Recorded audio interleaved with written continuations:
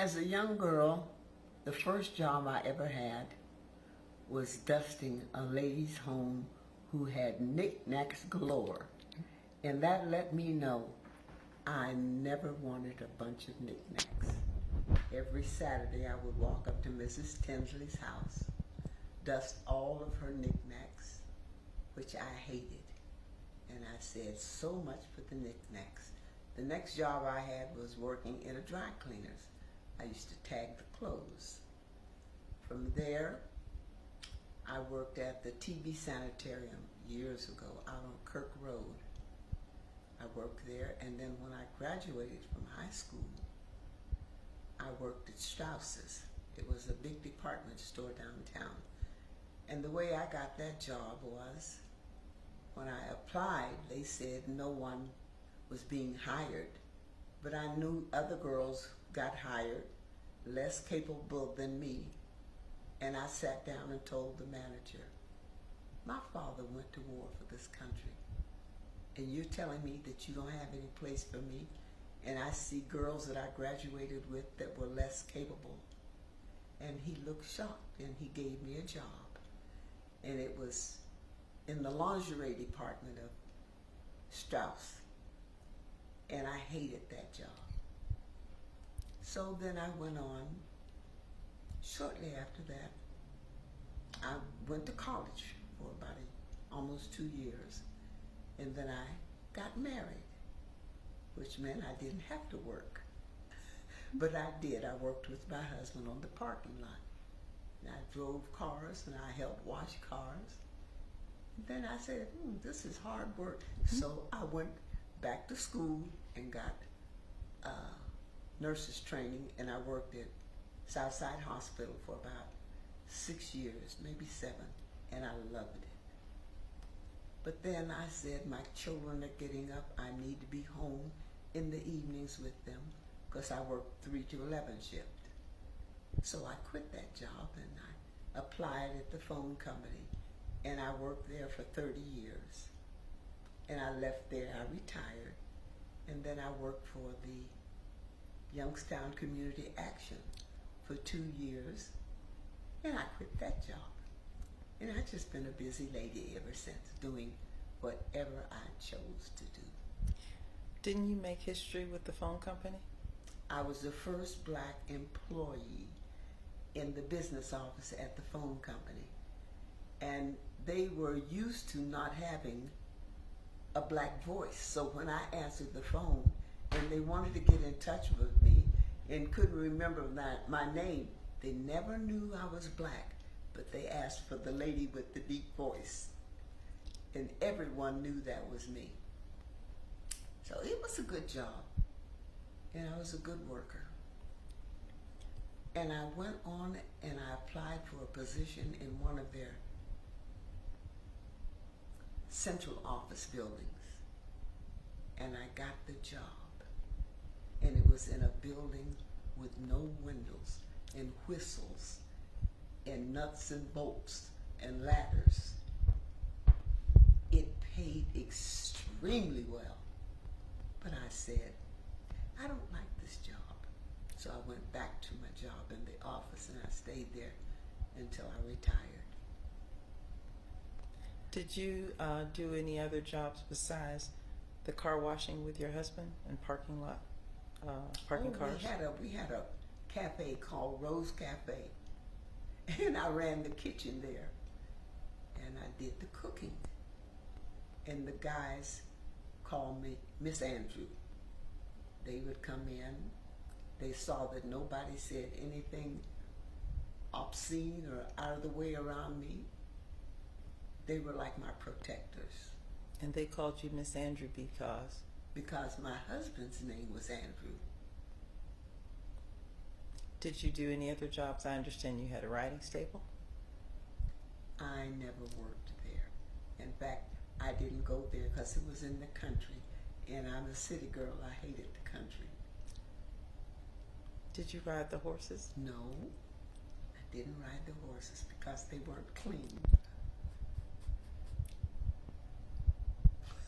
And I didn't like to get dirty. Did you go to the riding stable at all? Very seldom, because it wasn't clean. It didn't smell good. So, no, I didn't like that. But your husband owned a number of different businesses, Oh, huh? yes, he had a gasoline station, and I pumped gas and knew how to put oil in the cars. And I am one of the best car salmonizers. I can kill a car keeping it up to snuff. So I did that for a while. And let's see, I've done many things. Oh, and my mother had a very rich friend, and I did nursing for her. I took care of her. And what else did I do? What are some of your happiest times? My life really has been, I can't pick any particular time, because I never allowed myself to be unhappy. Happiness is something you choose for yourself. No one can make you happy, and no one can make you unhappy. So I chose to be happy. That's why I have people who like to be around me, and I don't allow them to drag me down to an unhappy space. Now, and I love jewelry, and me and my granddaughter used to go jewelry shopping. I'd take her into these jewelry stores where there was platinum and diamond rings, and the clerks would let us try it on, even though they knew we weren't buying it. But I wanted her to see the finer things of life. And that's it. What are some of your most meaningful memories from your childhood? My grandfather made me feel special. What was his name? William Evans. He made me feel special. He just did. Yep.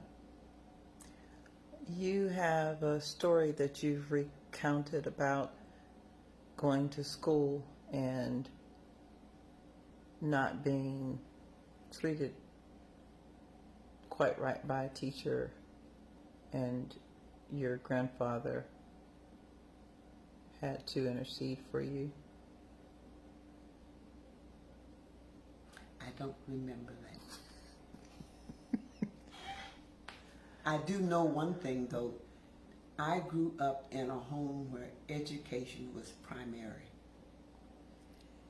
We were never told there was anything we couldn't do. I grew up knowing that with the proper funds and the access, I could be anything in the world I wanted to be. We were never told, you can't do this, or you can't do that, or you're not qualified to do this or that. So I've always felt like there really wasn't anybody that, you know how people wish they were someone else? I never desired to be white or Shirley Temple, because I was happy in my blackness in the family that I grew up in. Had you ever encountered any racist experiences? Oh, yes, even on my job. But I handled it. And they were a little weary about me because they knew I would handle things. Even when the customers called in after they discovered that there was someone black at the phone company, and they'd call in, and I would, if they weren't nice, I'd ask them if they knew Jesus. And you didn't do that on jobs. And I'd tell them, did they believe in God? And you're not treating me right, and I won't stand for it. And I don't see how people work nowadays when you can't stand up for yourself. Oh, and while I was in the hospital working, I was a sharp nurse, well-dressed, uniform spotless and crisp. And like when the doctors got fresh, I would just pick up a bedpan and tell them, if you don't stay in your place, you'll wear this bedpan. I never understood why people would allow men to abuse them. Never did understand that, and I never tolerated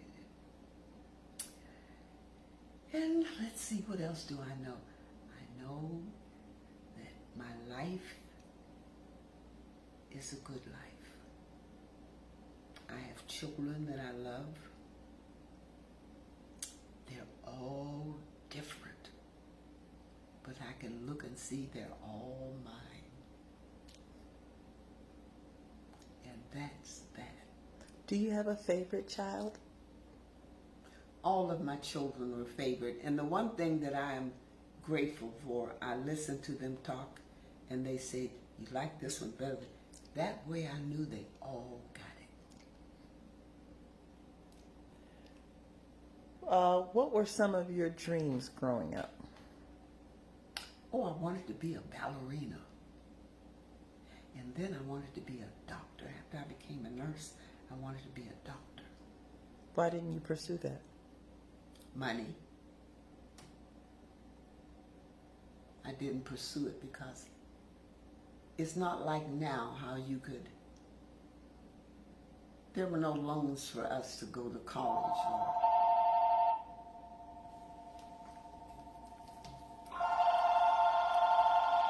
Call from Ohio. Call. hello? Thanks for choosing MasterCard, Visa, and Discover. About Wednesday today.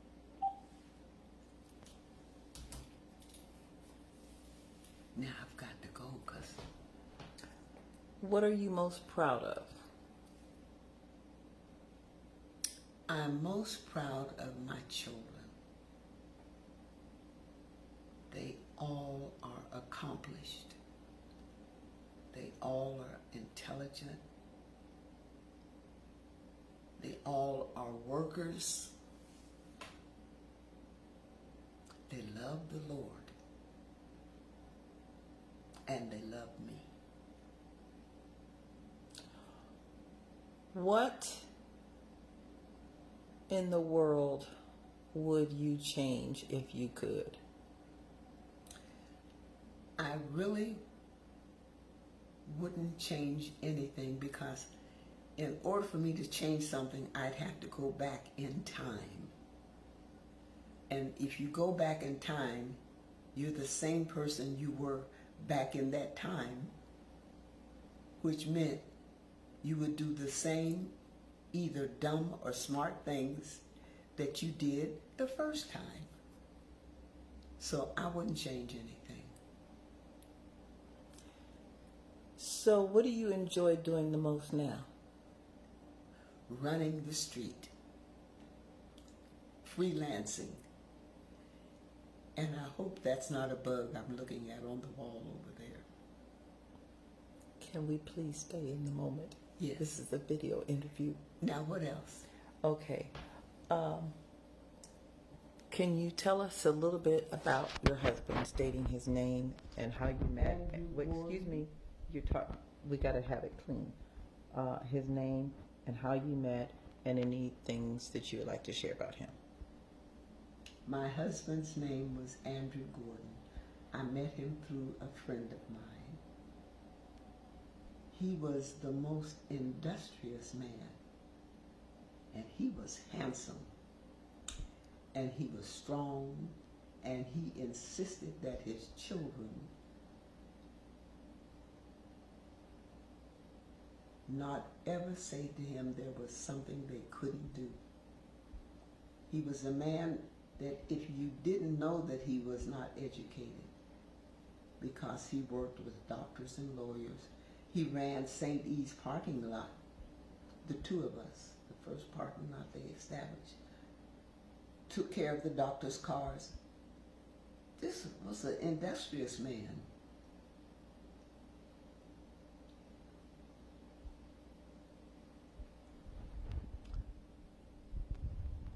Okay, is there anything that you would like to say? I don't know. Let's see, we've covered your dreams.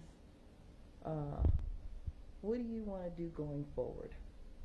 And start with a complete sentence, please. I have a bucket list.